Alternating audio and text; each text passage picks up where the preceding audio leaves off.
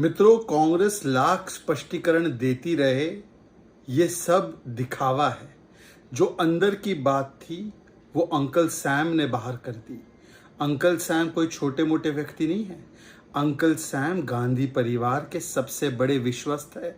और uncle Sam ने कहते कहते कह दिया कि जैसे विदेशों में कुछ कानून हैं जहां पर व्यक्ति के मरने पर उसकी 55% विरासत, उसकी 55% संपत्ति, उसकी 55% जायदाद लेकर वो वितरित कर दी जाती है, वैसे ही कानून कांग्रेस पार्टी लाना चाहती है।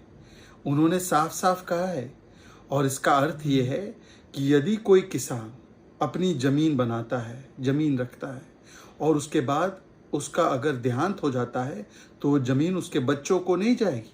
55% उस जमीन की कांग्रेस पार्टी छीन कर अपने वोट बैंक को दे देगी। यदि कोई दुकानदार बड़ी मेहनत के साथ टैक्स भरने के बाद अपनी दुकान खड़ी करता है तो उसके मरने के बाद वो दुकान उसके परिवार के हित में नहीं होगी। उसमें से 55% कांग्रेस पार्टी छीन कर अपने वोट बैंक को दे देगी। अगर आपने बहुत मेहनत से कुछ रुपए जमा कर दिए अकाउंट में और उस पर टैक्स भी दिया हुआ है, कांग्रेस पार्टी कहती है कि आपके मरने के दिन पर वो 55% उसमें से निकालकर वोट बैंक को दे देगी। अब कांग्रेस पार्टी का ये रहस्य जब अंकल सैम ने बाहर कर दिया तो कांग्रेस बोल रही नहीं नहीं नहीं, ये हमारा स्टेटमेंट नहीं है, ये हमने नहीं कहा। पर सच तो ये है कि अंकल सैम तो राहुल के गुरु है। राहुल की हर विदेश यात्रा में अंकल सैम होते ही नहीं होते हैं।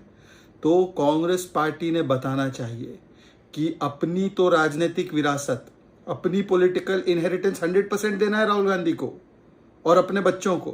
पर अगर कोई ईमानदार, अगर कोई व्यक्ति जो नागरिक है वो मेहनत करके टैक्स भर के अगर अपनी दुकान, अपनी किसान की जमीन या अपनी कोई संपत्ति या अपनी कोई सेविंग अपने बच्चों को देना चाहता है, उसमें से 55% कांग्रेस पार्टी लेना चाहती है।